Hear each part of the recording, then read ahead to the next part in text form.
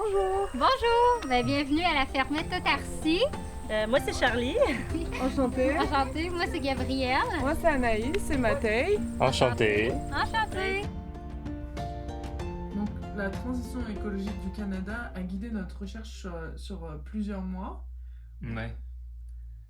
Puis on a pu en voir quand même une partie signifiante. Oui, tout à fait. Il y a à peu près 38 000 personnes à nourrir au Canada. 38 millions. 38 millions. Ils sont pas beaucoup, mais quand même.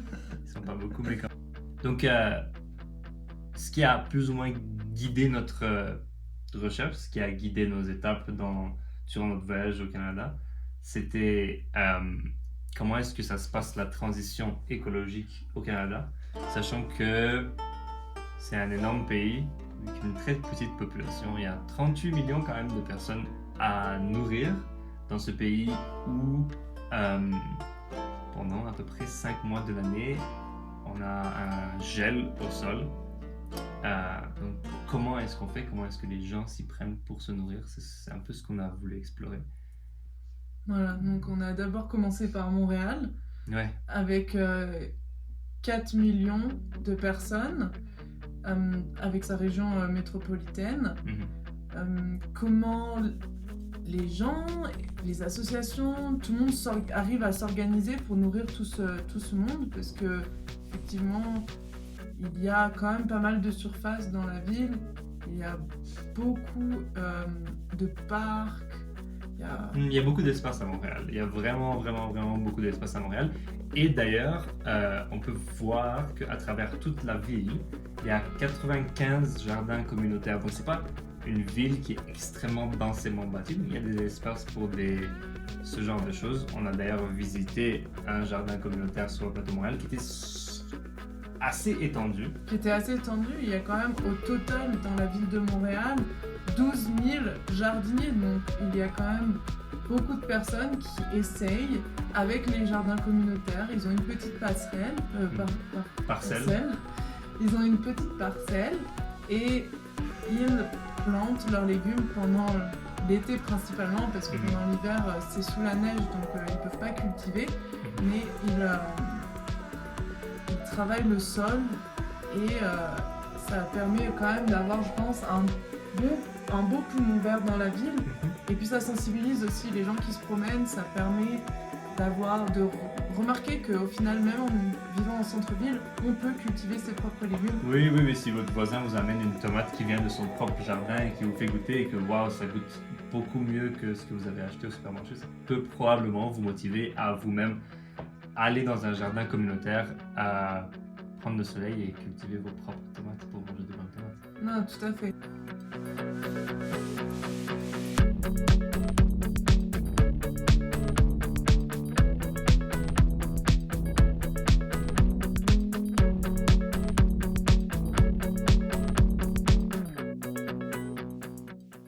Ensuite, je pense qu'il y a beaucoup de choses qu'on peut faire avec l'espace qu'on a en ville.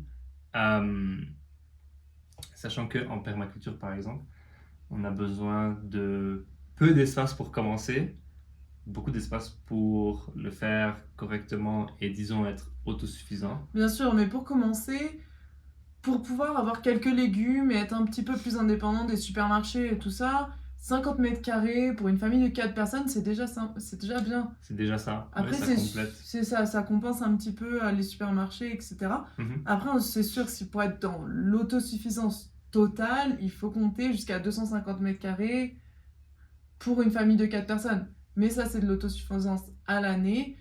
Et sachant que dans les villes, c'est un peu plus délicat, mais déjà 50 mètres carrés, ou même un petit peu sur son balcon, c'est toujours chouette.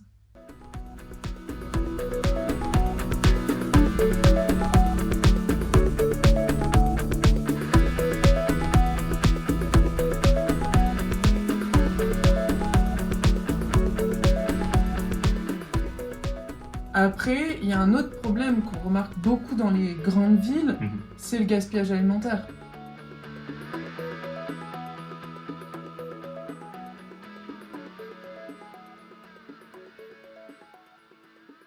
On a rencontré Michel qui fait partie du e-club, du Rotary Club, et elle organise un tri de légumes.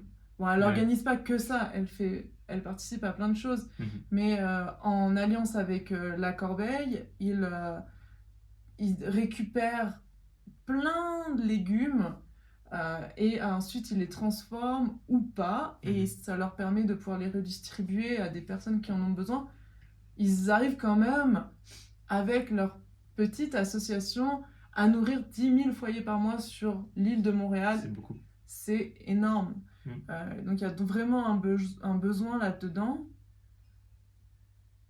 Il y a un besoin, puis je pense qu'il y a un désir aussi des Canadiens et des Montréalais à s'assurer que leur population est nourrie. Après tout, le Canada offre à ses citoyens le droit à l'alimentation par le biais, premièrement, de la Charte des droits de l'homme de l'ONU, qu'on a signée en 1948, et ensuite tout un amas d'autres chartes qui visent à assurer le bien-être des citoyens, qu'on a signé par la suite. Et l'alimentation, c'est une grosse partie, enfin, c'est fondamental pour le bien-être des... Bien sûr. Il ne faut pas oublier que l'alimentation, c'est pas seulement de la junk food, la fast food, c'est surtout des bons légumes pour être en bonne santé. Donc c'est pour ça que Michel, elle, a décidé de vraiment se spécialiser avec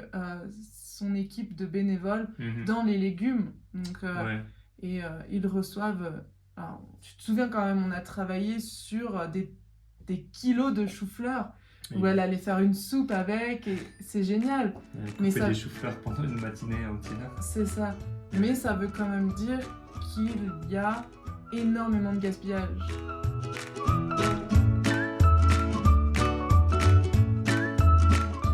Faire des paniers de Noël. Ok, donc le e-club. Le e-club, voilà. A décidé de faire des paniers de Noël. Et on travaillait déjà avec un certain nombre d'organismes et entre autres aussi des organismes qui gèrent les personnes âgées. Et donc, une fois, c'est arrivé plusieurs fois, mais la première fois qu'on a vu ça, on était choqués. Les grandes banques alimentaires envoient des produits aux plus petites banques alimentaires qui redistribuent sur le marché de Noël. Oui, bien sûr.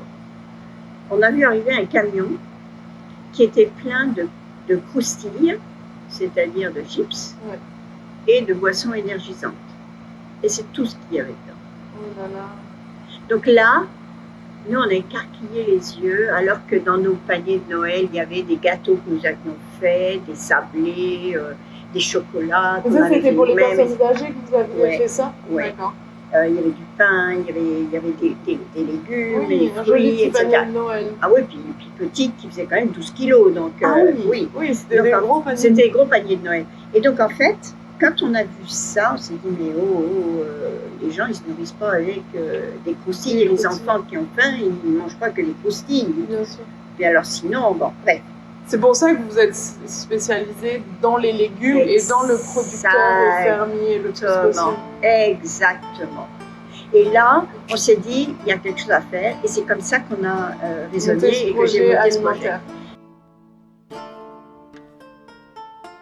Mais il y a aussi des gens qui essayent, parce qu'ils peuvent se le permettre, de le faire par eux-mêmes. Et ça, on a vu 2 fermes comme ça. Il y a des gens qui essaient de se nourrir eux-mêmes et qui essayent d'être autosuffisants. Comme on disait tout à l'heure, la permaculture, on peut commencer sur son balcon, puis on peut faire une transition vers un terrain plus grand qui va nous permettre d'être autosuffisants. Et c'est ce que Gabriel et Charlie faisaient à la fermette Autarcie. C'est ça. Donc, dans la région de la Mauricie, au Québec, elles essaient d'être autosuffisantes, mais elles réalisent aussi que l'autosuffisance n'est pas possible. Il faut aussi pouvoir accepter l'aide de sa communauté, et c'est ça qui est génial, c'est que son voisin peut donner... C'est du bœuf qu'elle disait qu'elles n'avaient pas et qui vient du voisin. Exactement, et au final, c'est tout le monde se donne un petit peu du sirop d'érable, en échange on Mhm. va donner du miel, etc. Et au final ça permet d'avoir un peu de tout et Ouais. de vivre en autarcie, sachant que l'autarcie c'est pas une seule personne comme elles nous ont bien expliqué, l'autarcie Ouais. c'est plusieurs personnes qui vivent ensemble. Ouais. Et je pense que c'est très très important.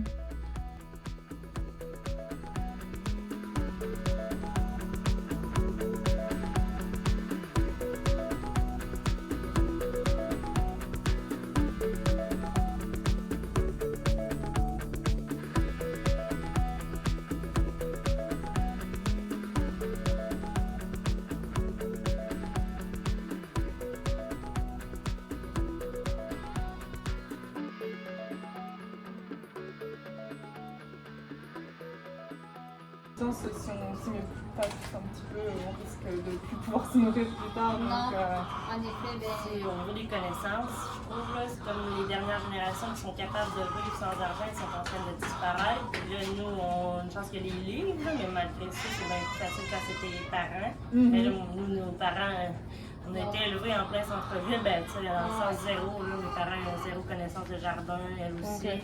et qu'on part de zéro.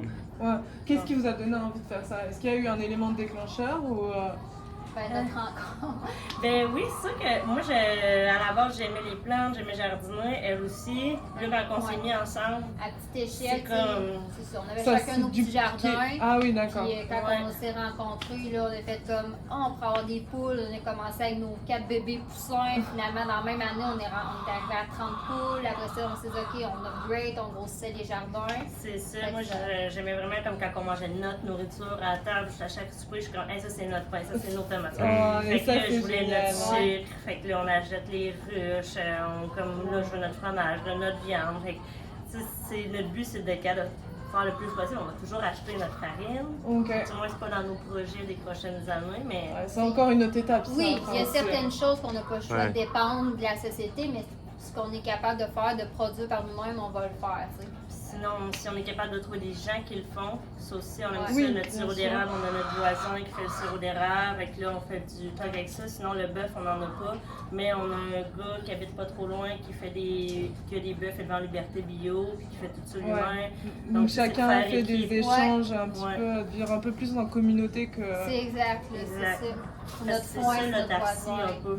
C'est un pays qui est tout autonome, c'est pas une personne. D'accord. Entre une équipe, un village, comme.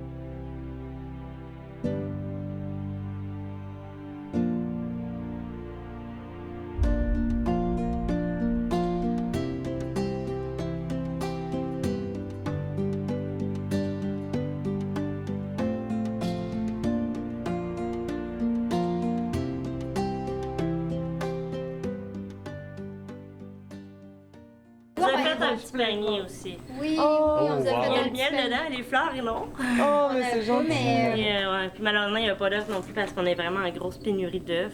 On D'accord. aurait voulu, mais Bah C'est oui, ça. mais vous pouvez pas. C'est le but aussi, je pense, de vivre comme ça, c'est d'avoir. Bah, des fois, il n'y a pas. Oui, mais C'est- c'est ça. c'est- on Les peut pas en gens, manger ils- nous-mêmes. Non, mais voilà, c'est ça. C'est des fois de se dire, bah, on va faire autrement. Et je pense qu'on n'est plus trop habitué à faire ça. Finalement, on a tellement l'habitude de tout avoir tout de suite Oui, dans la c'est ça. minute que. Ouais. Bah non, exactement. bah, c'est pas. Il y a tellement d'autres choses à faire et à manger. Ça prend des choix, ça prend des sacrifices. Enfin, pas des sacrifices, mais des compromis. Mais oui, C'est ça. exactement. Fait que, Vraiment. C'est tout à fait normal de faire des compromis, je trouve. Oui, parce qu'on vit maintenant, on dirait dans un monde de luxe. Je trouve qu'on qu'on peut tout avoir tout le temps, puis Ouais. on peut acheter des choses qui pousseront jamais au Québec, puis on est rendu habitué de le manger, puis c'est C'est comme ça. ça. Fait que je trouve qu'on est rendu très dans le luxe, dans les caprices, là, puis... Ouais, Tu sais, c'est ça. Lucas, je trouve qu'une des grandes qualités qu'il a, justement, ben, il est pas difficile. Ils mangent de tout. De tout. Puis on l'apprend beaucoup à comme pas gaspiller notre nourriture, tout ça. Puis quand je rencontre d'autres enfants, ben je suis comme tout le temps, OK, Oui. il mangera pas la fleur de ses cocombes, ni Ouais. la croûte de son pain, puis je vais jeter ça aux poubelles. Puis je suis comme, OK, je suis comme confrontée à l'autre réalité qu'en fait, qui est la majorité. Qui est la majorité. Et Des c'est gens aussi, qui ça, gaspillent. c'est vraiment difficile parce qu'on peut voir dans le monde le nombre de personnes qui n'ont pas assez à manger et le Oui. nombre de déchets alimentaires que toutes nos grandes surfaces et nos supermarchés font. Ben, c'est super triste finalement. Oui, exactement. Mais quand les gens ils jettent leur nourriture, ils voient pas tout le travail que nous, on voit que c'est des mois parce qu'on l'a semé. Eux, c'est « Ah, ça a coûté 2 $. Ouais. Ils vont voir le prix en le jetant. Avec là, c'est beaucoup moins difficile de jeter le restant d'oignons qui a coûté, mettons, 1,50 que de jeter tes oignons que tu as fait pousser quand C'est- tu as commencé en semis en janvier puis que tu as récolté 7 mois plus tard. C'est long, les Ouais. oignons. Ouais. Je pense qu'elles peuvent survivre par elles-mêmes, mais on voit chez elles quand même un désir de s'intégrer à leur communauté et donc, d'une certaine manière, de par le désir de s'intégrer, elles acceptent aussi d'être dépendantes de leurs voisins pour certaines choses qu'elles peuvent pas produire elles-mêmes, ou bien de faire des compromis et de choisir de consommer que ce qu'elles produisent. Je pense qu'elles sont conscientes des deux réalités, du besoin de faire des compromis et de l'importance de s'intégrer à leur communauté. Non, bien sûr. Et elles nous ont parlé des deux. Et après, moi quand j'ai voyagé un petit peu au Canada, j'ai été jusque dans le Saskatchewan.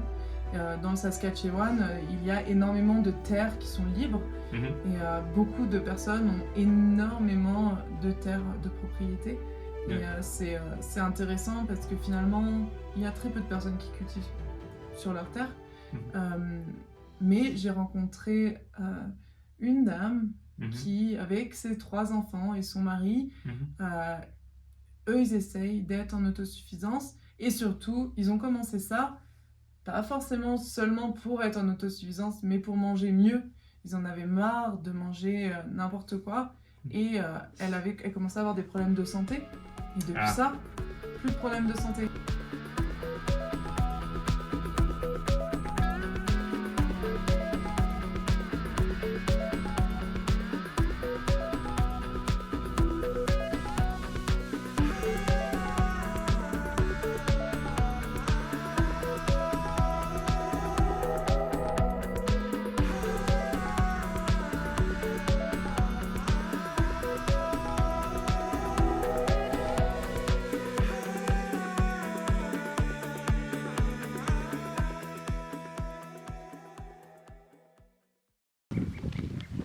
So how long have you been living here? Are you from Saskatchewan or? Yes, I'm actually from this area. Okay. But then I lived away. I lived in the cities for quite a while. I lived in Saskatoon. That's Okay. where I went to university, and then I lived in Edmonton for several years too. So Okay. I moved back in 2003. Yeah, so I guess 20 years. Okay. And we purchased this property in 2004. Okay. Yeah. That's pretty cool. Yeah. And when did you start to have your farm and everything? Did you always do that? Did you? No. By training, I'm a nurse. So, Okay. yeah, we didn't farm initially. I think we had 5 cows, Okay. and that's it. Then we had a few laying hens. It was after we had the children, then we decided that we wanted to farm, and I also had a lot of health issues. Okay. So then we started doing things like I bought a milk cow, and then we did more gardening and just more production of our own food. Okay. And my health improved dramatically. Yeah, so that was one of the. Yeah. It kind of was both things at once. My health issues and then having the children that really motivated us to want to produce our own food. Yeah, I see. Okay.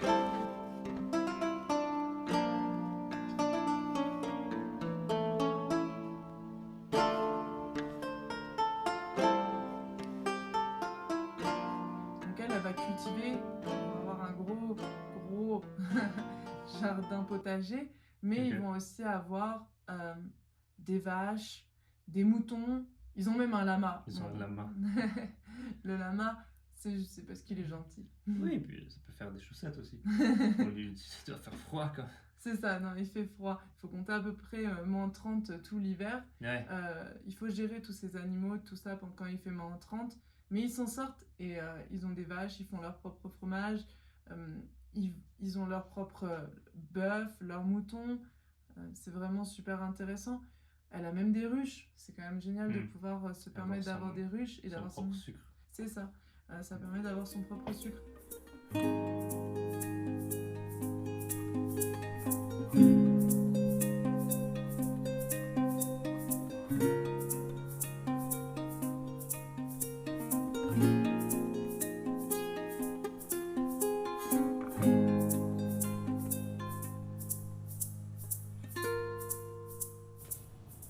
Nous avons donc eu la chance de voir les moyens mis en œuvre pour améliorer l'alimentation à différents endroits au Canada. Effectivement, que ce soit des moyens personnels ou collectifs, il y a des acteurs de changement qui font des pas en avant.